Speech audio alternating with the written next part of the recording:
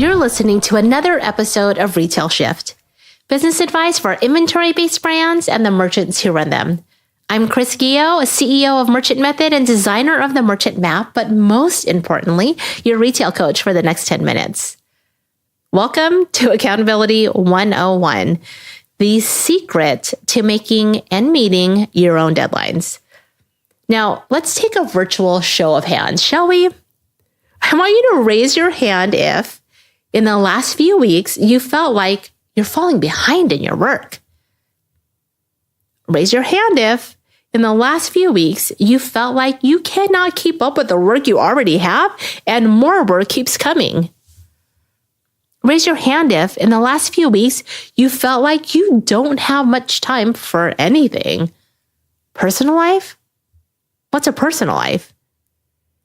If you raise your hand to even one of these questions, or if you are grinding so hard right now to stay out of that vortex of terrible feelings, this episode is for you. Really, for all of us. I raised my hand. Welcome to accountability.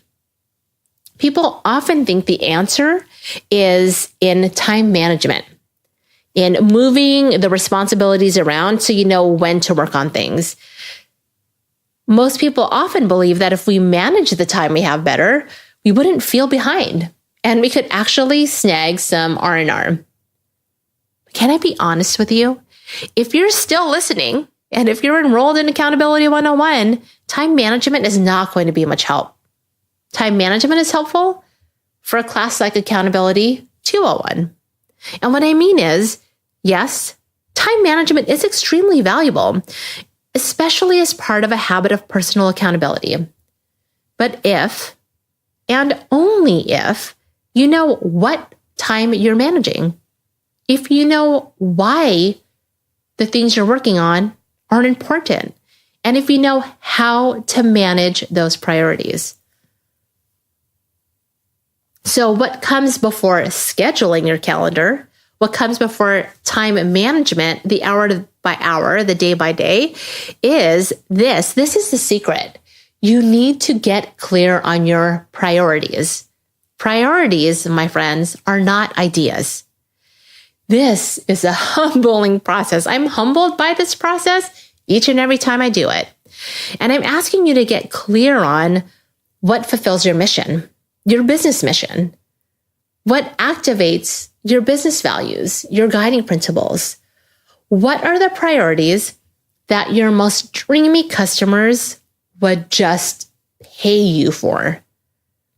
That's the first step you need to take before you manage your time. And it's hard, but it's gratifying. And not only is it gratifying, it's profitable because what you're prioritizing moves the needle.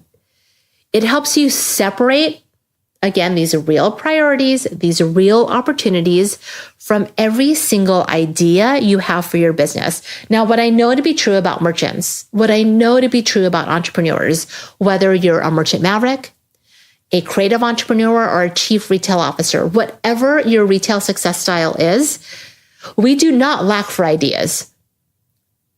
Probably if we had unlimited resources, unlimited time, and extremely patient customers who are not distracted by other ways to spend their money, we could probably pursue all of them. But because that is not our reality, we need to get focused.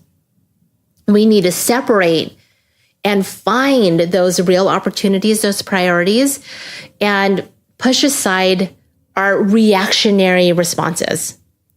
And we need to really push aside every way we might unknowingly be making business harder for ourselves than we actually want it to be. So, Merchant Map students, I want you to listen up in particular. This is a home base you should continue to come back to. Priorities. We talk about incorporating the prioritization tool every 90 days, but that framework, how you think through what's most relevant, do that every month, every week. If you could literally do it every day, that is how I start each and every day. So then the next obvious question becomes, How does prioritizing keep me from falling behind in the work I already have to do? How does it help me get caught up or help me have a personal life? Well, prioritizing, my lovelies, and prioritizing like a boss, asking the hard questions, really digging in, really diving in, becoming good at that actually helps you focus on the right work at the right time for your brand with your particular style of leading. It's a crucial step for taking more decisive action. It's a crucial step for making more choices confidently. And as a result, that helps build the self-sustainable business model that many of you are after. It's truly dreamy. So as I wrap up, again, the secret to meeting your own deadlines is getting clear on your priorities before you manage your resources and your time. So I want you to know that I want to help you with your accountability so that next time I ask these questions, you can keep your hands down. So we've got 2 steps for you. Number 1, if you don't already know your retail success style, go ahead and take the quiz over at merchantmethod.com/quiz. It's a free 60-second quiz to help you understand your style. And you should know now that knowledge and action are really most effective when they're applied within the context of your business using your unique style.